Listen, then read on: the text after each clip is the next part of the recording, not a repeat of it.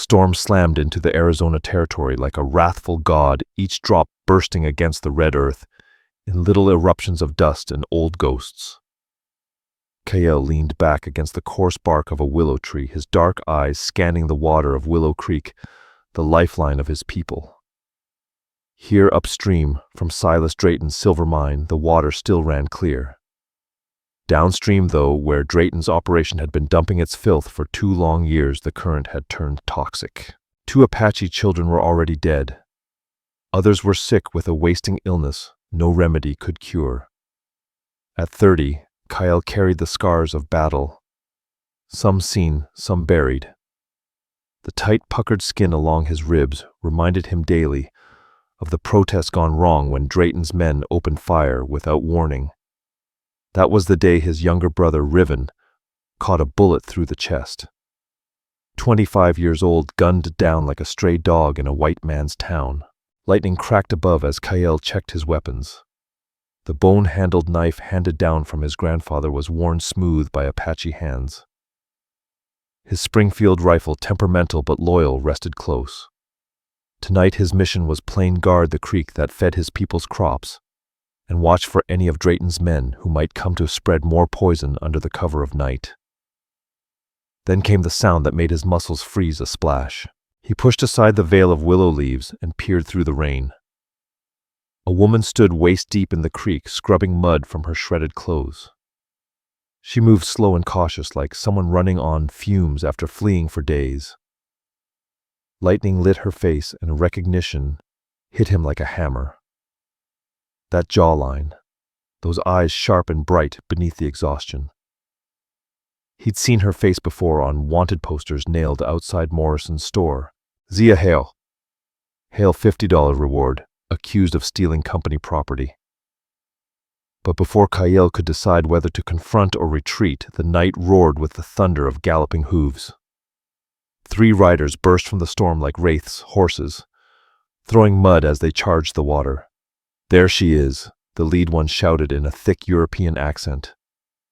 Bran, circle left. "Grim, stay with me." Gunfire erupted. Muzzle flashes cut through the downpour like electric daggers. The woman shrieked and dove beneath the surface as bullets pinged off creek rocks. Kael moved on, instinct lunging forward to seize her wrist as she surfaced, gasping. "Stay down," he ordered, dragging her behind his black mare while shots kept coming.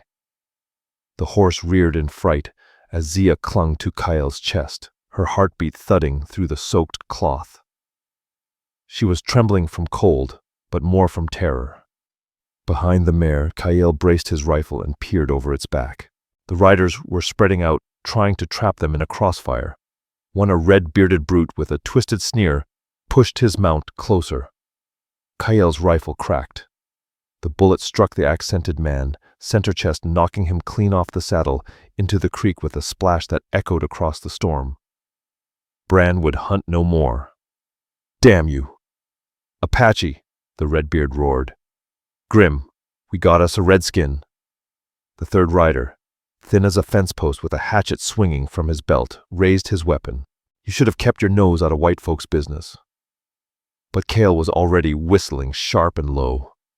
His mare sprang to life, galloping forward, as he grabbed Zia's hand.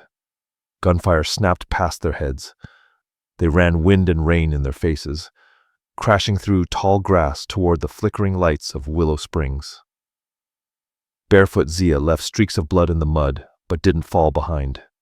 She matched Kael's pace with grit carved from desperation. Why she panted when they finally stopped under the sprawling limbs of an ancient cottonwood, standing like a cathedral on the flatland. "Why did you help me?" Kael studied her face as the sky pulsed with lightning. In her eyes he saw a flicker of the same faith his brother once carried, the belief that friendship could reach across the lines drawn in blood and hate. "Because some fights don't wait for volunteers," he said quietly. "They choose their own warriors." The tree's roots formed a hollow dry even in the pouring storm. Zia collapsed against the bark chest, heaving her feet raw and bleeding. "We rest here," Kael announced, eyes already scanning the trail behind them. "They'll regroup and come after us." Tell me why Drayton wants you dead." Zia pushed back her wet hair strands, clinging like silk. "You know Silas Drayton. Everyone in this God-forsaken territory does." Cale settled beside her rifle in his lap. "He's been poisoning this creek for 2 years. The water that feeds our land.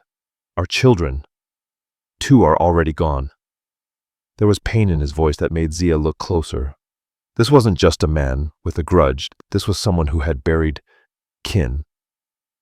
"I worked for him," she said, folding her arms around her knees for warmth. "I was a surveyor's clerk. Came west from Massachusetts when the textile mills shut down. He offered decent pay for someone who could read and write." Kyle nodded. He'd seen plenty like her in town lately. Refugees from back east chasing salvation out here in the dirt. "The surveyor Wardell was brilliant when he wasn't drunk," she continued. "But Drayton kept leaning on him, pressuring him to redraw the maps, to shift creek beds on paper, so they matched his illegal diversions." Zia's voice tightened, the softness burning away. "I figured it out.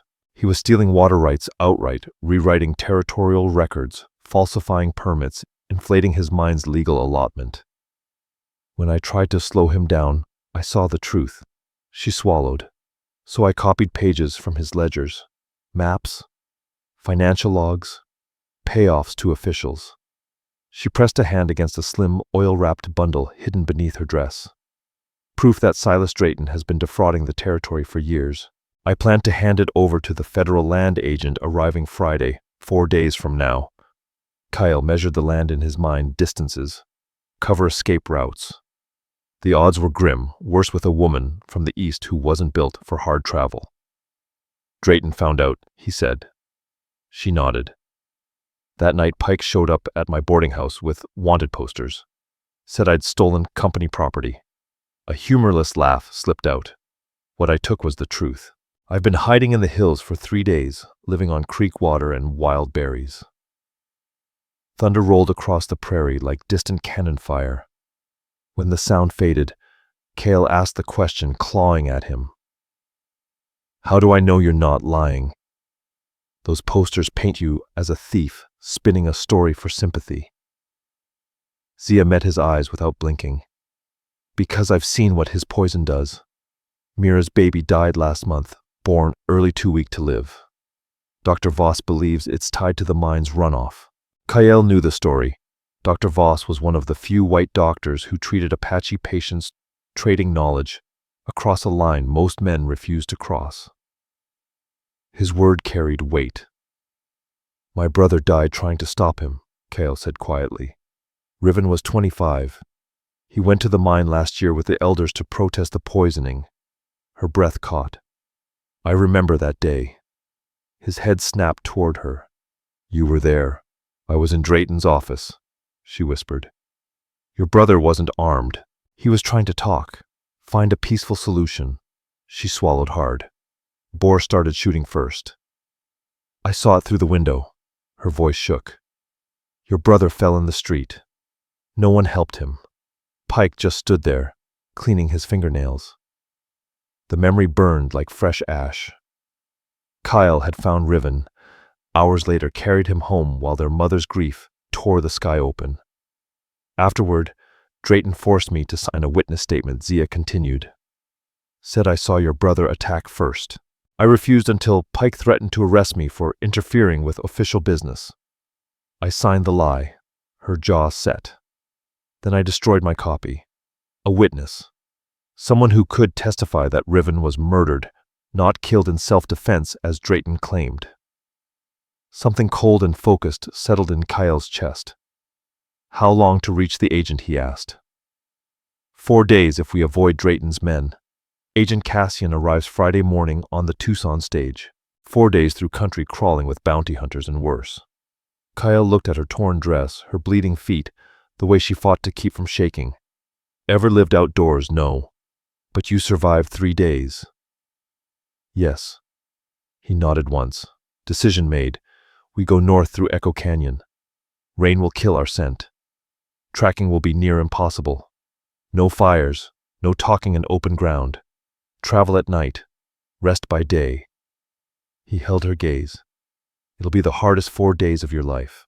You still want my help? He asked. Yes, Zia said without hesitation. Then we move now. He paused, then reached into his kit. First medical. He pulled out needle and thread. She frowned until he pointed to the shallow bullet graze along his forearm. You said you can read and write. Can you sew? I worked in textile mills before coming west, she said. I sew fast, clean. She took the needle, hands steady, despite exhaustion. This will hurt. Pain's just another frontier fact, Kael said. Question is whether it kills you or teaches you something. As Zia stitched with factory-trained precision, Kael watched the eastern horizon. The men who attacked them would regroup. Hunters like that didn't quit, especially with Drayton's money pushing them forward. Before she finished tying off the thread, hoofbeats rolled in across the prairie. 2 riders, slow, deliberate, Boar and Grim regrouping after Bran's death. Damn, that Apache boar growled. Bran was worth 3 ordinary men. Drayton ain't gonna like losing him. Grim muttered something low and knowing. Kael raised a finger for silence as the riders spread wide, circling, reading the mud like scripture. The hunt was back on. Tracking in this kind of weather took more than luck. It took skill honed by years of hunting. Unfortunately, Boar and Grim had it. Kael's mare gave a soft whinny where she stood tied under a veil of branches. That innocent sound stopped the 2 riders, cold like hounds catching the scent of prey. You hear that? One of them muttered. Could be wild mustangs, the other replied. Could be our Apache friend. Kael didn't wait to find out. He untied the mare in one smooth motion and boosted Zia into the saddle. Her injured arm made it tough, but she gritted her teeth and swung up without so much as a whimper. When I signal ride north, Kael said low. There's a dry wash about a mile out. Old trail follows it into the hills.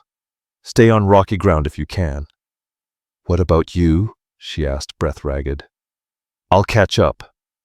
Now go. But Zia grabbed his wrist before he could disappear into the dark.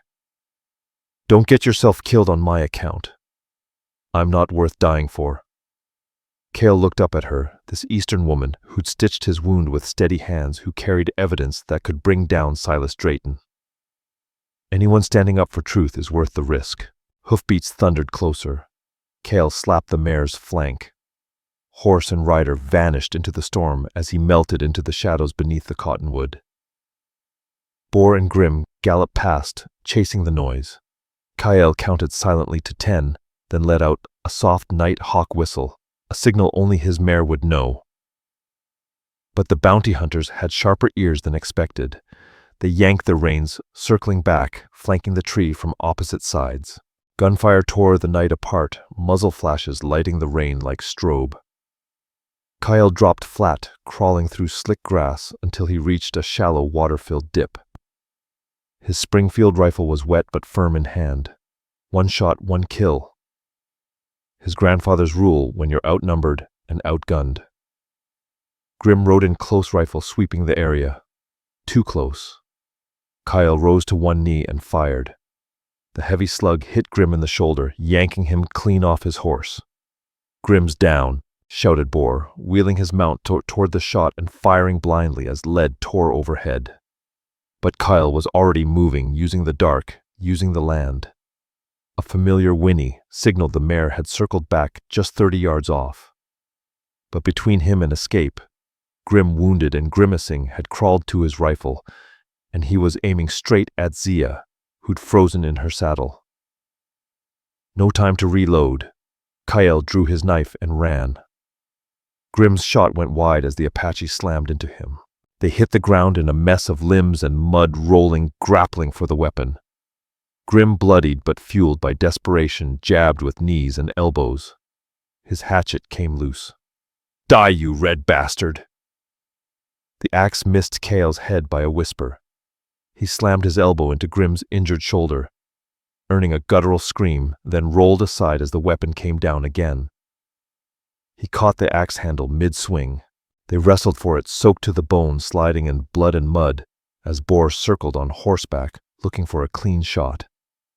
Thunder cracked. In that momentary flash, Kael drove a knee into Grim's gut. The man folded and Kael's blade found its mark, sliding between ribs.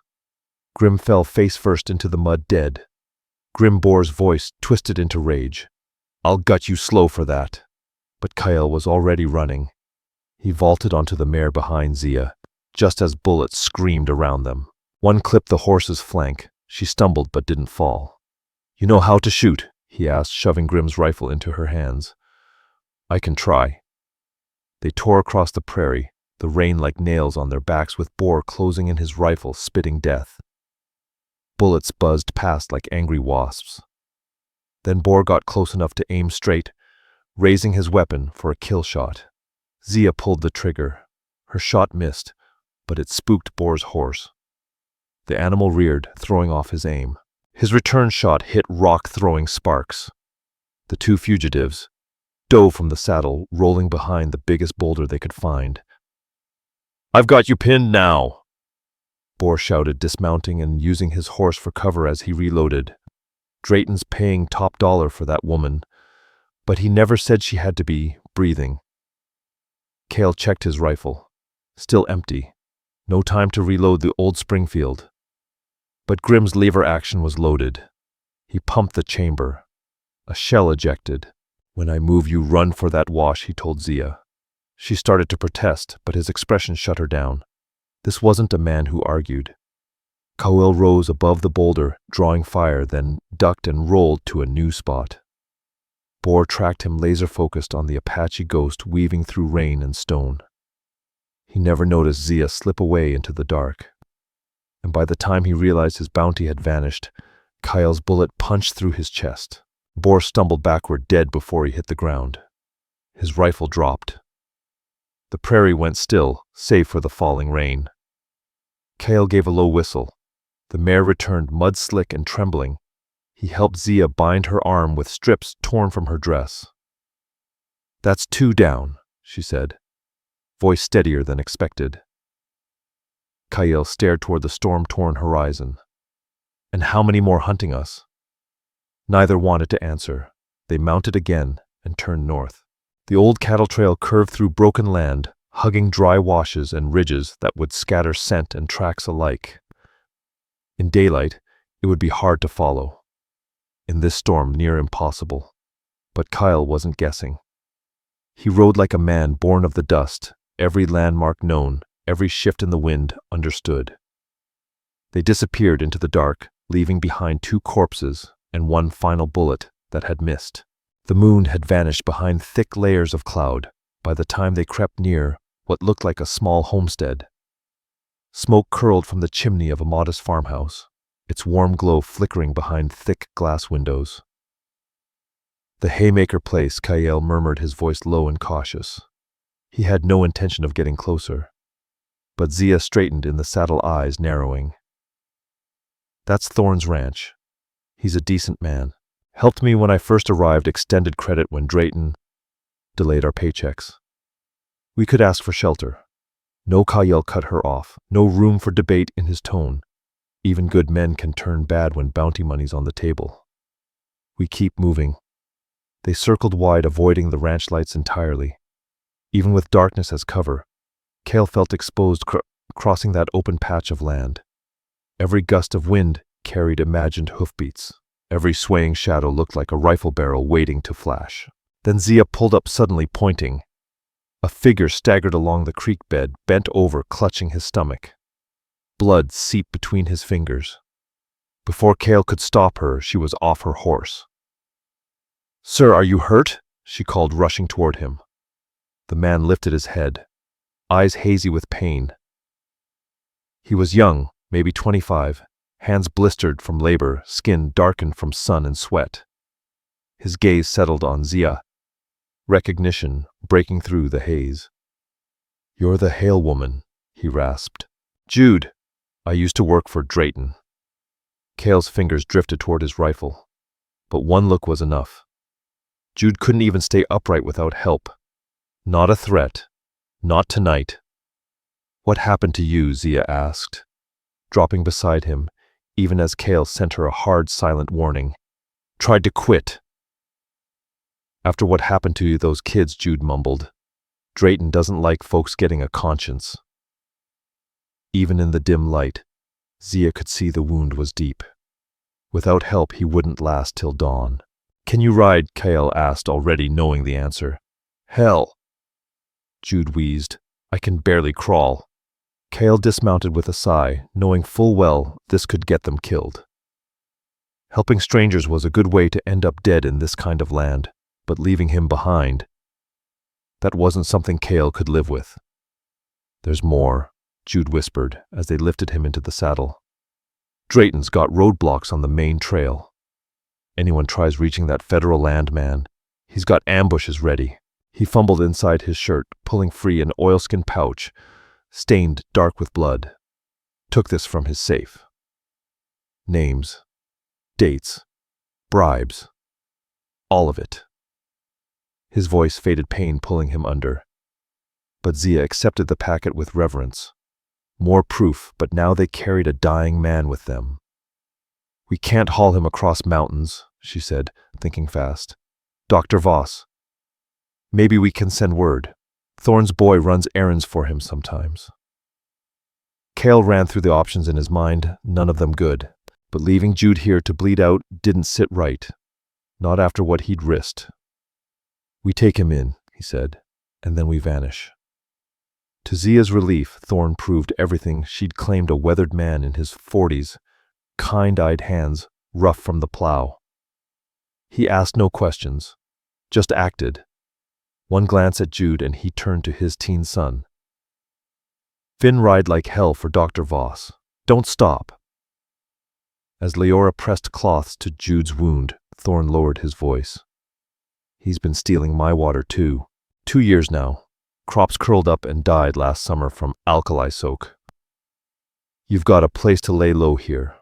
For a bit at least. But not for long. Even as Dr. Voss arrived with his black bag and calm demeanor, Cale stayed near the windows scanning the horizon. Drayton wouldn't take Bran and Grimm's deaths lightly. He'd send killers who knew better.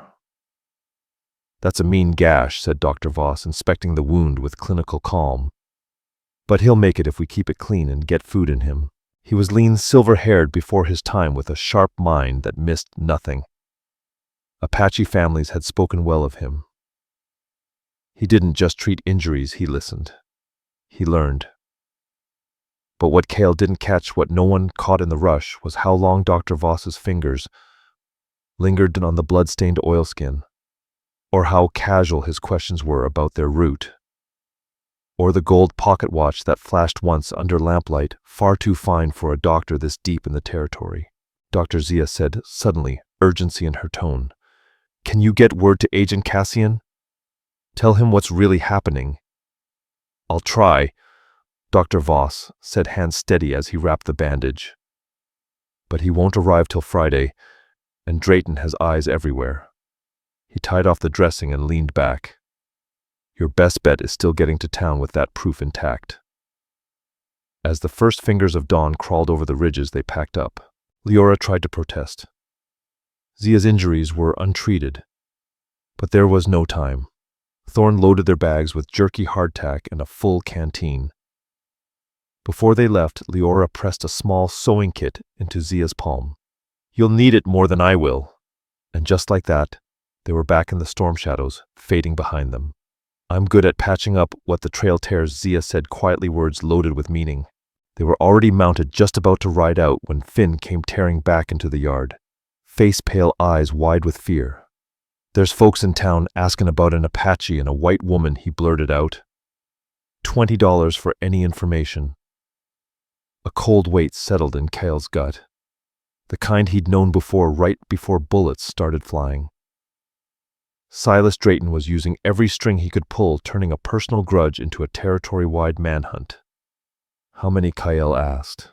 8, maybe 10, Finn replied, panting. And Pike's leadin'. Himself mad as a rattler stepped on. 10 trained men backed by the badge. hired guns with the law in their pocket. Cale ran the numbers in his head.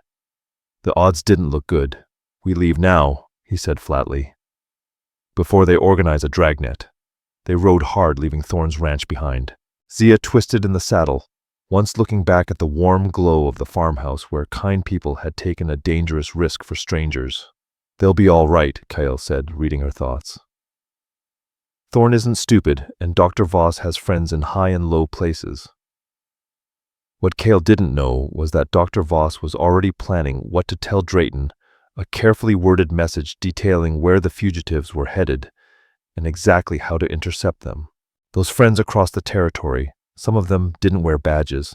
Some of them just liked money and didn't care who bled. They left the flatlands behind and climbed into pine-shadowed hills. The forest gave them blessed cover. Cale led them along narrow trails that barely deserved the name, paths worn by elk and remembered by Apache generations. They alternated between stone ridges and creek beds, doing all they could to confuse anyone trying to track them. Zia's injured arm throbbed with every jolt, but she never complained. "We rest here," Cale said, steering into a hollow where thick trees walled them in. "No fire.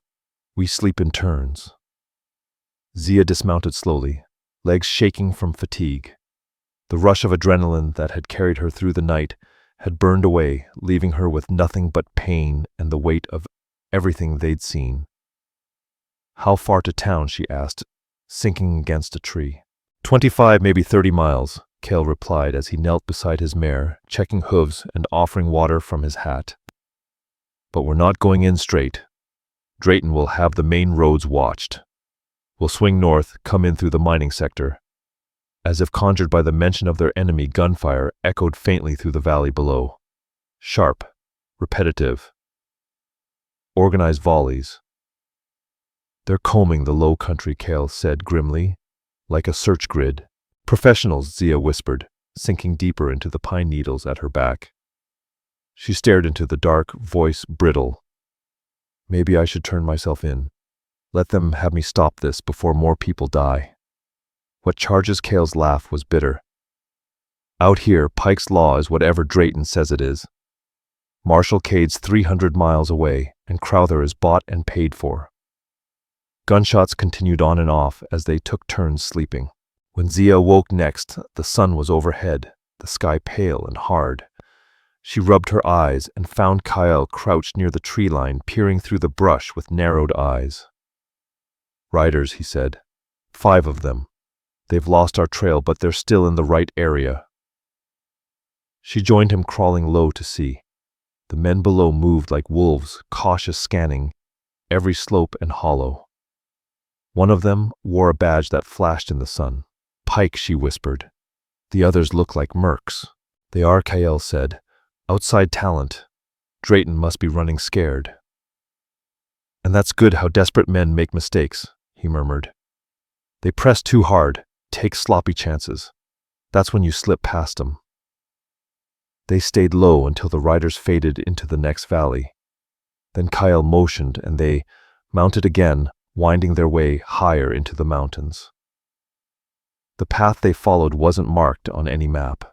It bent and twisted like a snake's spine, invisible to most, but not to Cale, who wrote it like memory. By late afternoon, they'd worked around the ridge and approached town from the north. From a rocky bluff, they looked down on Willow Springs, its false-fronted buildings lined up along a dusty spine. Farther off, like a bruise on the land, Drayton's mine sat belching smoke into the sky. There Cale pointed. A white building with a steeple near the center of town. "That's the schoolhouse. The teacher, May Arden. She's helped Apache children learn to read. You trust her. Dr. Voss trusts her," he said. "That's close enough." They waited for dusk, then began the careful descent into town. The plan was plain but deadly. Get to May, give her the evidence, and stay hidden until Agent Cassian arrived. Dr. Voss was supposed to be key to that plan, and like clockwork, as they neared the edge of Willow Springs, his wagon appeared on the road, rolling in from the direction of Thorn's ranch. The moment the wagon crested the rise, Dr. Voss spotted them and pulled over with the smooth detachment of a man used to playing both sides. "Get in the back," he ordered briskly, yanking a heavy canvas tarp over them. Pike's got watchers on every road into town. What Zia and Cale didn't see from under the dusty canvas was the quick stop Dr. Voss made at Morrison's general store, or the whispered exchange he had with a man who rode off hard toward Drayton's mine carrying a simple message: "The fugitives are headed to the schoolhouse, just like we thought." Clutching both bundles of evidence tight to her chest, Zia listened to the wagon creak through town, past windows aglow with lamplight. From beneath the tarp she could hear voices of folks tending evening business, laughing, trading, going about life as if nothing was unraveling, just a block away. The wagon came to a stop behind the whitewashed schoolhouse. Dr. Voss knocked 3 times, 2 short, 3 slow. A code. A woman's voice answered without hesitation. "Edwin, what brings you knocking this time of night? Got visitors in need." "May," he replied. "The kind that call for quiet hands and good instincts." May Arden opened the door, a sharp-eyed woman in her 30s, her silver-streaked hair pulled back in a tight knot. She took one look at Zia, blood-streaked and pale, and stepped aside without a word. Inside the schoolhouse smelled of chalk and timber. Neatly arranged desks filled the room, and alphabet posters curled at the corners along the walls. It might have been just another school night if not for the war that had followed them in. "There's a crawl space beneath the floor," May said, moving quickly to a trapdoor near her desk. "Built it during the war. We hid runaways here. Should work just fine for you."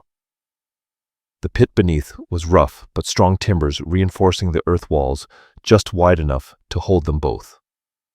Before descending, Zia handed the evidence to May with both hands. "If anything happens to us, make sure Agent Cassian gets this." These documents prove Drayton's been rigging land records for years. "What about the girl?" Dr. Voss asked with a tone of concern that almost sounded real. "Finn said you had a child with you earlier." "We found Nell in a trap cabin." Zia answered, the memory flashing across her face. "They used her as bait. She's safe now, hidden somewhere. Drayton's men won't think to look." But just as they settled into the dirt-walled refuge, heavy boots thudded across the porch above. A too familiar voice called out, all oily charm and menace. "Evening, Miss Arden. It's Sheriff Pike. Mind if we ask a few questions about some wanted fugitives?" Below the floor, Kyle pressed a finger to his lips, knife already in hand. Zia barely breathed. Above them, May's voice was steady as bedrock. "Of course, Sheriff. How can I help you?" "We're hunting an Apache and a white woman. They're dangerous. Killed respectable men in cold blood." His boots creaked across the planks. "You seen anything strange tonight?" "Just papers and pupils, same as every night. Though I did spot some riders earlier. Looked like they were heading toward the mine. In a rush. Mind if I have a look around?" he said with that mock-courteous tone that made the skin crawl. "Be my guest, Sheriff." The search was loud on purpose. Desks scraped, drawers opened and slammed. Zia could feel her heartbeat hammering in her throat, convinced he'd hear it echo through the floor. Next to her, Kyle crouched like a spring one wrong move from striking, but May had done her job well. The hiding place was invisible to the untrained eye. Finally, Pike's boots shuffled back to the door. "Appreciate your time, Miss Arden. You hear anything, you let me know. Drayton's offering a mighty fine reward. I'll keep that in mind," she said evenly. The door shut. His footsteps faded. An hour passed before May tapped the hidden panel with a sharp rap. "Clear!" When they climbed out, her face was grim. "It's worse than you think," she said quietly. "Pike's got men stationed across town. But that's not all. I overheard something. Drayton plans to move against your people tomorrow night." Cale straightened fast. "What kind of move? Something with the creek?" "He wants it to look accidental. But his real goal is destroying your gardens. He means to force relocation. The color drained from Kael's face. Those gardens weren't just crops, they were life. Without them, winter would starve them out. And relocation, that meant surrendering everything. Their land, their history. We have to warn them, he said, even if it means giving up the chance to take Drayton down legally, Nosea said firmly. Agent Cassian arrives tomorrow. We're one sunrise away. My people will be scattered before then, Kael said, voice cracking like dry earth. The silence that followed was thick, two futures, pressing down on them, both lined with pain. Then surprisingly, Dr. Voss broke the silence. Thorn knows these hills better than anyone. If we reach him, maybe Nosea cut in. He's already risked enough. We can't drag him deeper. But Kael was already walking toward the door, decision made. Some burdens can't be passed off, he said. Doc, can you get a message to Thorn without tipping off Pike's men? Dr. Voss hesitated just a beat too long, then nodded. I can try. What do I tell him? Dr. Voss asked. Tell him it's time to pick a side, Kael said coldly, and tell him to gather every man he trusts. As the doctor vanished into the night, Zia caught Kael's sleeve. What are you planning? She asked, voice low. The firelight glinted off his dark eyes like shards of black glass. Drayton wants to wipe out my people's future. Maybe it's time we return the favor. What neither of them knew was that Dr. Voss had no intention of delivering any message to Thorn. Instead, he rode straight for Drayton's mine, every detail of their location, their plans, and their weaknesses falling from his lips like silver coins on a poker table. The trap was already snapping shut. The hours before dawn dragged like a noose tightening. The earthen walls of the schoolhouse cellar seemed to close in with every minute. Kael sat with his back braced against a wooden support post, methodically cleaning his rifle in silence. Beside him, Zia slept fitfully, her injured arm twitching now and then as pain clawed through sleep. Above them, the old floorboards creaked softly in the mountain breeze. Kael's hands moved by instinct, checking the rifle's action, counting rounds, inspecting the edges of his knives. Every tool had its place. Every one bore scars of survival. His mind drifted to Riven. His younger brother had stood unarmed before Drayton's men, offering only words, hope, and they had gunned him down like a rabid coyote. Without thinking, Kael reached for the dented tin locket he'd recovered from Riven's body. For months he hadn't dared open it, afraid of what grief might come pouring out. But now something urged his thumb to pop it open. Inside the photo was cracked, water-damaged, nearly ruined. But the face was still clear. A young woman. Intelligent eyes, soft features. His breath caught in his throat like a punch to the chest. It was Zia. No, he whispered, hands shaking as he held the locket up to the faint light seeping through the floorboards. But he couldn't deny it. The woman lying beside him now was the same one his brother had carried to his death. Zia stirred at the sound, wincing as her wounded arm brushed against the rough ground.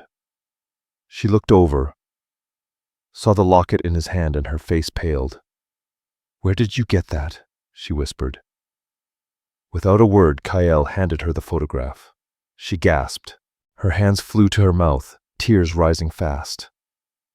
"I gave this to your brother," she said, voice trembling.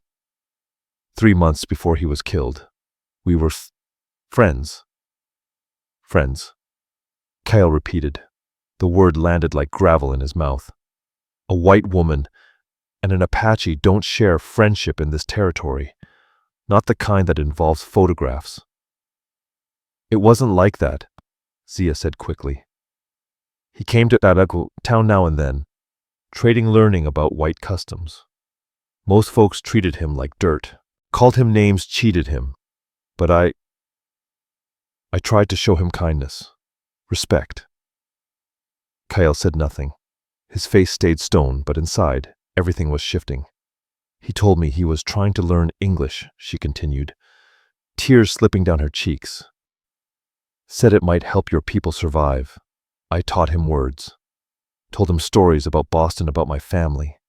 He told me about the land, about you. She held up the photo gently.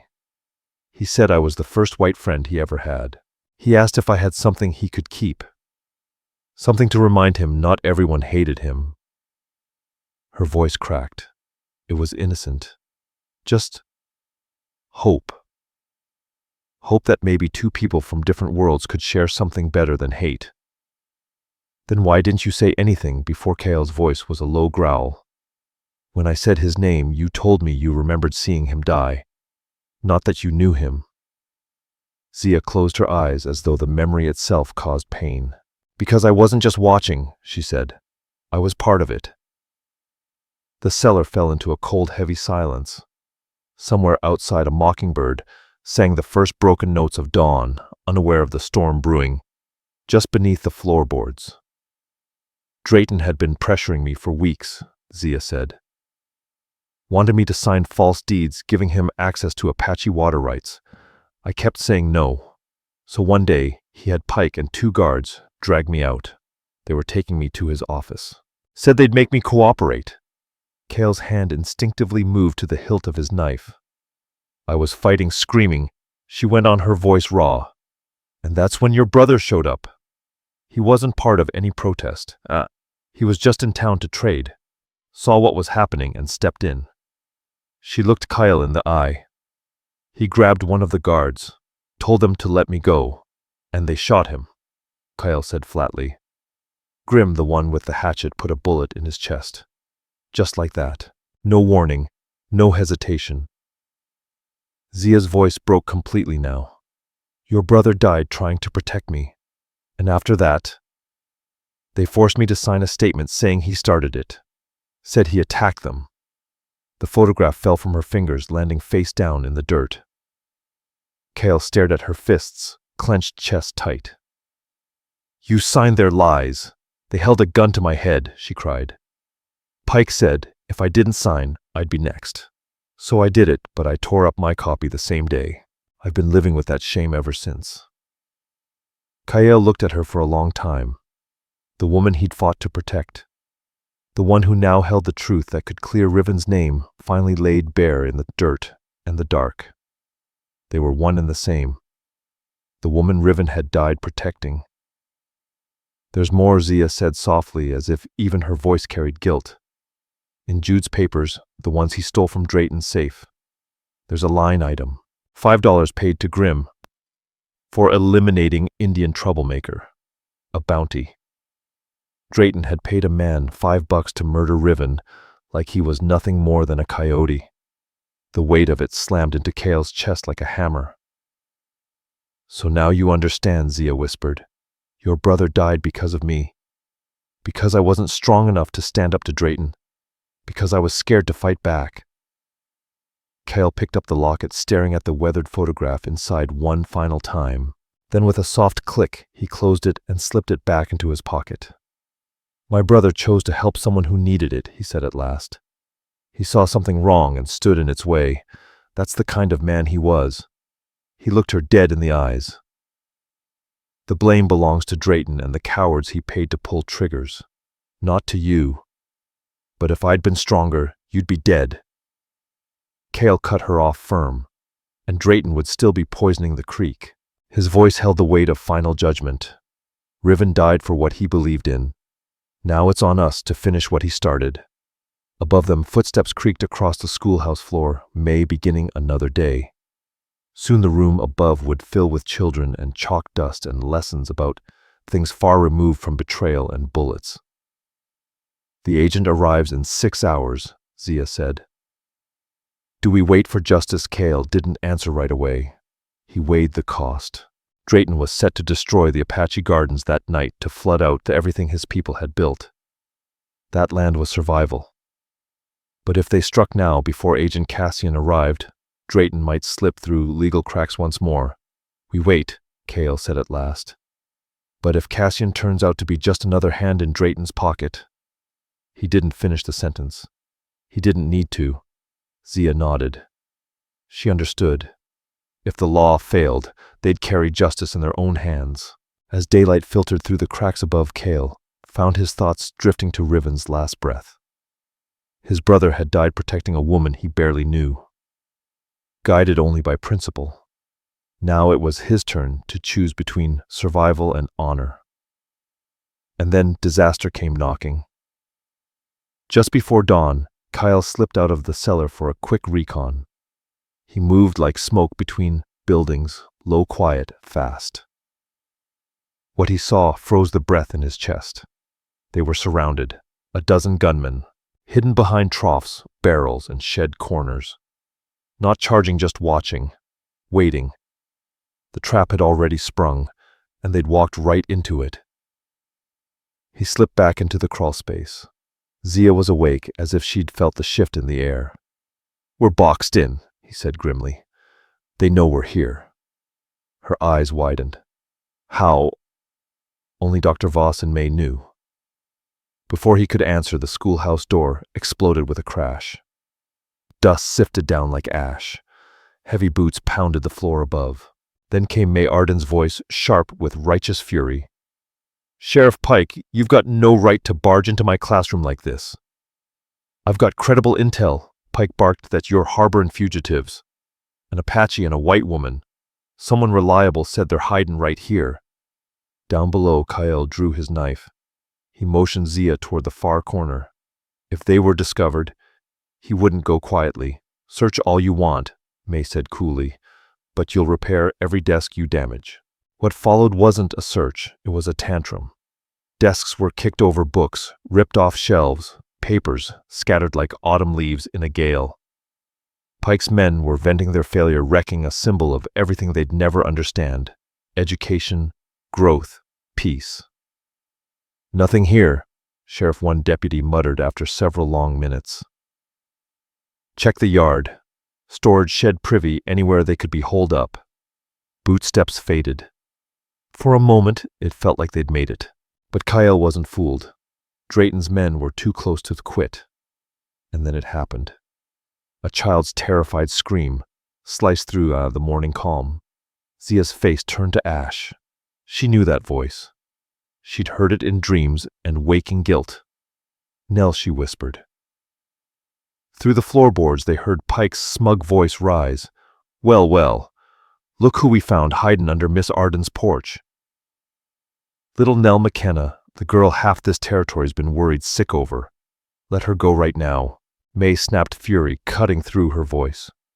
But above them, no one moved. "She's just a scared little girl. Scared or not." Pike's snapped voice slick with menace. "She's proof. Proof you've been helping fugitives." His boots thudded above as he pressed harder. "Where are they, Miss Arden? You tell me now, or that child pays the price." Below the floorboards, Kyle watched Zia's resolve crack with every cry from above. Nell, the 8-year-old girl they had risked everything to save, was now being used as bait again. But this time, there was no safe way to reach her. "I don't know what you mean," May replied, but the tremble in her voice betrayed her fear. Then came the sound that shattered them all. A sharp crack, skin on skin, followed by a scream. Nell's scream. It pierced Zia like a knife, slicing through whatever strength she had left. "Stop!" she yelled, lunging upward. "I'm here. Don't hurt her again." But Kyle was already moving. He grabbed her arm and clamped a calloused hand over her mouth before another word escaped. "No," he hissed. "That's exactly what they want. You show yourself now, you die, and she stays their prisoner." Above them, Pike laughed loud and satisfied. "Knew that'd shake 'em loose. Tear this place apart, boys. Board by board. They're here somewhere." The room above exploded into chaos. Crowbars pried at wood. Sledgehammers pounded. Furniture shattered. The hunt had entered its final act. Zia leaned close to Kyle, her whisper sharp with panic. "There has to be another way out." He was already working on it, his hands running along the dirt-packed walls, fingers feeling for history. Then he found it. A panel rougher than the rest. Weathered. Out of place. May said this place was part of the Underground Railroad, he murmured, sliding his knife around its edge. They always had backup exits. The board came free with a soft groan of wood. Behind it a tunnel. Narrow, cramped, pitch black. Go, he told her. I'll cover the back. Zia didn't argue. She slipped inside, crawling into the dark like a snake into a burrow. Above them, boots pounded closer. Someone had found something. Loose floorboards, maybe. Or a seam out of place. Sheriff, a deputy, shouted. Over here, I think I found something. Cale shoved the panel halfway back into place and dove after Zia, pulling it tight, just as dust shook loose from the ceiling and boots stormed overhead. The crawl space was barely wide enough. They dragged themselves forward by elbows and knees, blind breathing hard, chased by the echo of splintering wood behind them. The tunnel twisted and turned beneath the bones of the town, forgotten for decades, but still here, still faithful. Zia's wounded arm screamed with every motion, but she gritted her teeth and kept crawling. Cale followed close behind, hand on her boot, guiding in the dark. Then light, faint, dirty, glorious. They emerged behind Morrison's general store faces, streaked with mud lungs, clawing for air like miners escaping a cave-in. But there was no time to breathe. Dr. Voss's wagon came thundering down the alley, his expression grim, his horses near a gallop. They hit Thorne's ranch, he said flatly. Pulling up hard. An hour ago, Drayton's men. What Zia asked already, bracing herself. Thorne tried to stop them from taking Jude, Dr. Voss said. They shot him. Right in front of Leora and the kids. The words hit like rifle shots. Thorne, the farmer, who gave them food shelter, who risked everything, was dead. What about Jude, Zia asked. Though the answer tasted like bile before it came, they took him alive. Barely. Recovered part of the evidence too. Voss's voice tightened. But that's not the worst of it. He looked them both in the eye. Drayton moved up the timeline. The dam's coming down tonight. Not tomorrow. The ground shifted under Kyle. Everything was unraveling. The federal agent, he asked. Cassian's stage was hit 20 miles out. Bandits, supposedly. Voss paused. But we all know who sent him. Cassian was gone. Their evidence scattered. Their allies dead, captured, or compromised. And Drayton was preparing to drown their homeland in a few hours. Anything else? Cale asked, voice low. One more thing, Voss said slowly. Drayton's offering a trade, Nell and Jude for you two. Straight swap. No tricks. Zia met Cale's eyes. The look between them was silent but clear. Give themselves up. Or let an innocent girl and a wounded man die. It wasn't a choice. Not really. And where's this supposed exchange? Kyle asked, already knowing the answer. Echo Canyon, said Voss. Right where he built that dam. Right where tonight's little accident is meant to happen. His voice dropped a note. Too calm, too smooth. But in their haze of grief and urgency, neither of them noticed. Just understand this, Dr. Voss warned, gripping the reins. It's a trap. Pike has no plans to let any of you live through the night. We know, Zia said simply, eyes steady. We're going anyway. As Voss turned his wagon and rode off, supposedly to warn what few allies they had left, Kyle and Zia prepared for what they both knew was the end of the trail. What they didn't know was that Voss was riding straight to Drayton with full details, their injuries, their weapons, even their route. The snare was closing exactly as planned. Echo Canyon was a scar carved into the land by time itself. Its cliffs rose nearly 300 feet high, painted in layers of rust and gold. At its narrowest point, Silas Drayton had built his so-called masterpiece, an enormous timber and stone dam meant to control spring runoff for his mine. But tonight, it wasn't about irrigation. He'd packed it with enough dynamite to blast it apart and send a wall of water crashing down onto Apache lands. Come morning, he'd call it an accident, a tragedy of engineering. No one's fault. But Kale and Zia, picking their way down a steep, crumbling trail along the north rim, weren't just walking into a death trap. They were about to uncover betrayal at its deepest root. The roar of water echoed through the canyon, mixed with the harsh voices of laborers, setting Drayton's plan in motion. Lanterns burned like angry eyes around the control house. There, Kyle said, crouched in shadow. That's where they're holding Nell and Jude. Zia counted the guards at least 15, all armed, all ready. Rifles, shotguns, pistols, they'd prepared for a war. No way in without being seen, she muttered. Then her hand shot out, grabbing Kyle's arm. From the doorway, a figure emerged, dragging a small child. Nell. She fought back, even exhausted, her spirit unbroken. There's Jude, Kale said darkly, tied to a chair, slumped, barely conscious. Alive, but just barely. At least they've kept their word, Zia breathed. For now. Kale checked his rifle. But the second we show ourselves... We're done, she finished. He nodded. Still. We don't leave them behind. And as if summoned by the decision, Drayton himself stepped out onto the dam's wooden catwalk. Even from a distance, his voice boomed loud and clear, bouncing off canyon walls like a preacher's damnation. Kyle, Zia, hail. I know you're watching. His voice rang out, soaked in venom. Time's short. Show yourselves.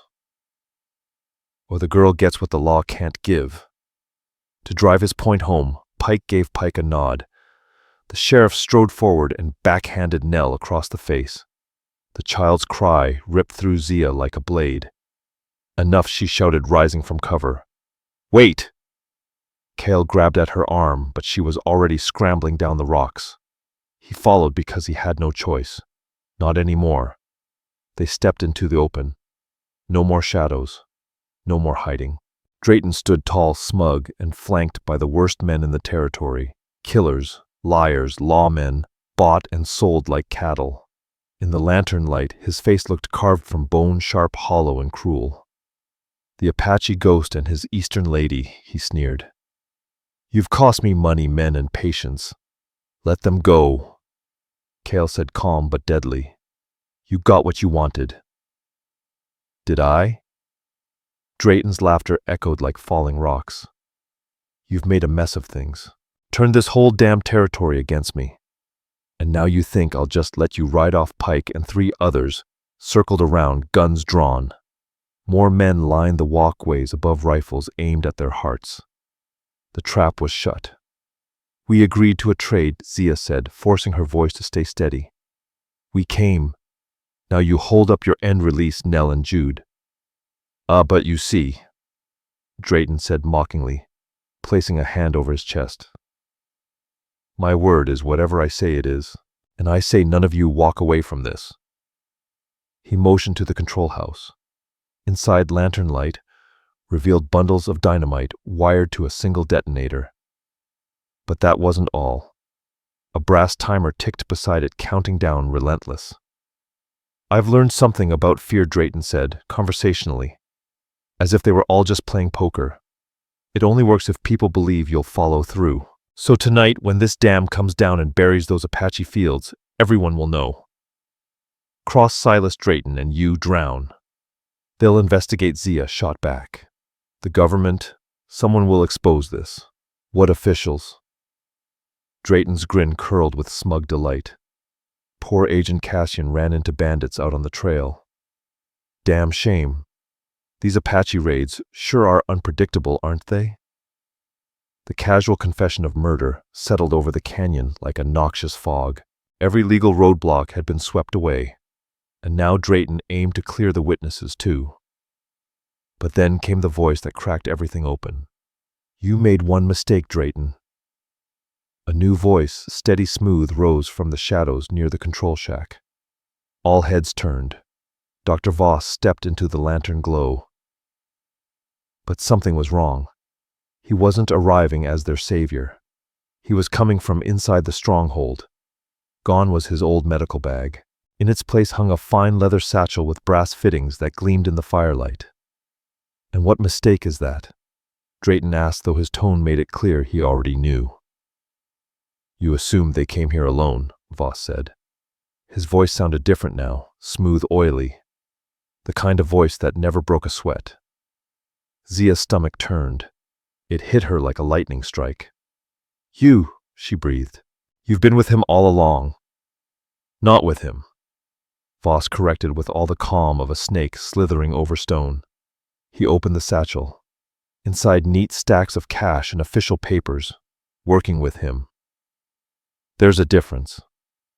Drayton's laughter echoed through the canyon like falling gravel. "Meet my business partner, Dr. Edwin Voss," he announced. "You didn't think I could keep a mine running without a man of medicine, did you? Someone had to stitch up my workers, fill out the death certificates when that poisoned water did its job." The children Kale said, voice low and lethal. "You signed off on their deaths. Official cause," Voss said coldly. "Childhood disease. Happens all the time out here. Poor nutrition, no sanitation. Very convenient. But you helped us." Zia said, her voice shaking. "You treated our wounds. You guided us to safety." "I guided you exactly where Drayton needed you to go," Voss said. "Did you really think it was chance that Thorn was so perfectly placed to help, or that May Arden's school had just the right hiding place?" His smile was sharp as a broken scalpel. "Every step of your journey was carefully laid out. Every turn, a setup. And now it all made horrifying sense. His probing questions. That gold pocket watch. How he always showed up right on time with just what they needed." "Thorn," Kyle whispered. "Did he know—" "Oh, he was exactly who you thought he was," Voss said casually. "Good man. Honest. Which made him perfect." There was no emotion in his voice. None. "His death was unfortunate," he added, "but necessary. Loose ends make a mess when the government comes sniffing around." "You cold-hearted bastard!" Zia growled, lunging forward before Pike's rifle stopped her short. "I'm a practical man," Voss said coolly. "Drayton needed legitimacy. I needed security for retirement. We struck a deal. It's worked out beautifully. The betrayal cut deeper than bullets. This was the man they had trusted, the one they thought represented decency. And now he stood there selling them out with a smile. But just as despair tightened its grip, Kyle spotted something movement high above on the canyon rim. Someone was up there. Someone who didn't know about Voss's betrayal. It was Finn Thorne's son. He'd made it to the neighboring ranches. He'd brought help. "You made one more mistake," Kale called out loud and clear. Oh, Drayton smirked. "Do enlighten me. You assumed all our allies were as rotten as you." A rifle cracked from the ridge like thunder. One of Drayton's sentries went down in a burst of blood and sparks. And then hell broke loose. Gunfire lit the canyon like lightning in a storm. Dozens of rifles opened up from above, neighbors, ranchers' men, loyal to Thorne's memory. What the Drayton spun, his confidence cracking. "Take cover!" Pike bellowed, but it was too late. His men spread thin and overconfident were caught in open ground, exposed, panicked, falling one by one. But the worst was still ticking. Inside the control house, the mechanical timer kept counting down. If that dam blew, it wouldn't matter who won this fight. Amid the chaos, Kyle and Zia ducked low, scrambling toward the dam. Bullets screamed overhead like hornets in a warpath. Zia ran for Nell, weaving through the storm of lead. One of Drayton's men raised a rifle toward the girl. "Stop right there," he shouted, but his aim wavered between the child below and the threat above. That hesitation cost him everything. A single shot from the canyon rim dropped him like a stone. Zia didn't stop running. "Are you hurt?" Zia asked, voice shaking as she worked to untie Nell's bindings. "Miss Zia." The girl sobbed, flinging her arms around her rescuer's neck. "I knew you'd come back. I never stopped believing." But their reunion was short-lived. Drayton stormed onto the scene, pistol in hand, face twisted in fury. Behind him, Dr. Voss slithered back toward the control shack, unwilling to dirty his hands now that bullets were flying. "That's enough," Drayton roared. "I'll end this myself if I have to." Cale, still locked in a vicious scuffle with Pike, heard the shouted threat and turned just in time to see Drayton leveling his weapon at Zia and Nell. In that split-second time slowed to a crawl, Kyle made his choice. He let go of the sheriff's rifle and threw himself between the barrel and the women. The bullet tore into his shoulder, spinning him hard and slamming his body into the wooden braces of the dam. A second shot splintered timber inches from his head as he rolled, dragging blood in his wake. "You want to die for them?" Drayton snarled, stalking forward. "I'll make that happen." But something else caught his attention, a new threat. Inside the control room, the mechanical timer had hit critical. The device ticked louder now, less than 10 minutes to detonation. Even if they won the shootout, the dam would still blow. The timer, Zia shouted, pointing through the chaos. "We've got to stop it," gritting his teeth. Cale pushed to his feet, ignoring the fire in his shoulder. He scanned the battlefield. Drayton still blocked the control shack. Voss had barricaded himself inside. Snipers traded bullets on the canyon rim. They were running out of time. "Cover me," Cale called out. He bolted not toward the shack, but toward the spillway. "What's he doing?" Zia yelled. But then she saw it too, on the far side of the canyon wall, a second water channel, carved into the stone. A secondary spillway rigged with wooden gates built for emergencies. If opened, the water could be rerouted away from Apache land. "He's going for the spillway," she cried. "If we drain the water, the blast won't hit the settlements." But Drayton had figured it out too. He fired again, his bullet grazing Kyle's already wounded shoulder. The Apache stumbled but didn't stop. The spillway mechanism sat out on a narrow beam spanning the river's edge. Beneath him, a roaring deluge smashed against rock. One misstep and he'd vanish into the current forever. He reached the wheel, braced himself and turned.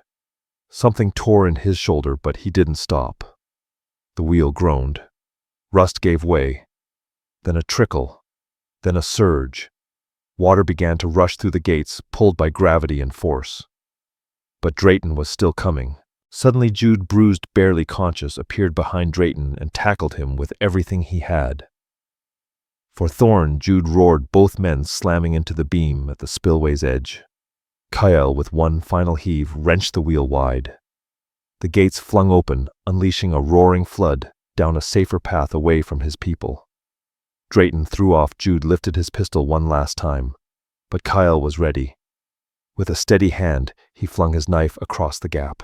The blade sank deep into Drayton's chest. The mine boss stumbled backward, eyes wide, looking down at the bone handle jutting from his ribs. "You!" he gasped. Then he dropped, blood trailing over the wood planks, dead. But the danger wasn't over. Inside the shack, the timer kept ticking. Dr. Voss. Zia screamed, racing to the door. "It's over. Drayton is dead. Call it off." His voice came back muffled and manic. "I'd rather die rich than live poor. You can't stop it. The timer's sealed. 5 minutes." Cale stumbled toward the control house, breath ragged. "Is there any way to disarm it?" Jude croaked, barely sitting up. "It's wired to one switch. Cut the master wire, you kill the blast. 4 minutes." But the door was barricaded solid. Kyle threw his weight against it to no use. Inside, Voss was burning papers, destroying every last trace of his crimes. 3 minutes. Then Zia appeared at his side, hatchet in hand, snatched from a fallen worker. "The window," she said. They smashed the glass with the back of the hatchet, crawled through jagged shards just as the clock ticked past 90 seconds. Inside, Voss was hunched in the corner, clutching his satchel of cash like a life preserver. The mechanical timer ticked on beside him, cold and relentless. 60 seconds. Kyle traced the bundle of wires leading from the ticking timer to the dynamite charges set across the dam. Dozens of lines, but one main cable controlled the full detonation. 30 seconds. Don't. Dr. Voss screamed. You'll ruin everything. But Zia didn't hesitate. With one final swing of the hatchet, she severed the main wire. The mechanical click came 15 seconds. Then silence. No explosion. No collapse. The dam held.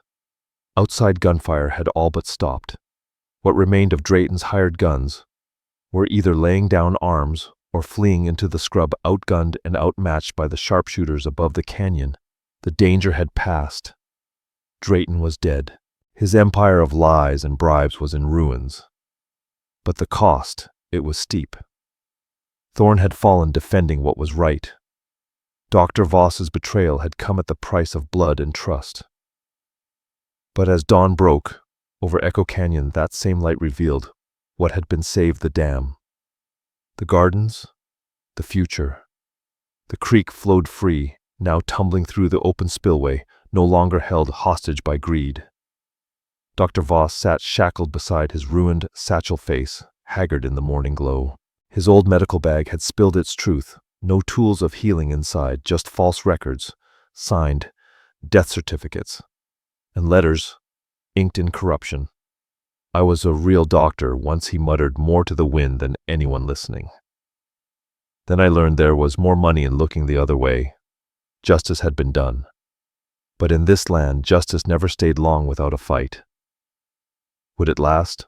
Only time could tell. For now it was enough that children like Nell would grow up in a world where Apache and settler might stand shoulder to shoulder, not in violence, but in peace. 3 weeks later, Willow Springs had begun to breathe again. Drayton's mine remained shuttered as federal agents picked through the wreckage. But plans for a lawful mining cooperative were forming, this time under territorial oversight. The water ran clear, nourishing Apache fields and settler crops alike. At the window of May Arden's rebuilt schoolhouse, Zia stood watching the children at recess.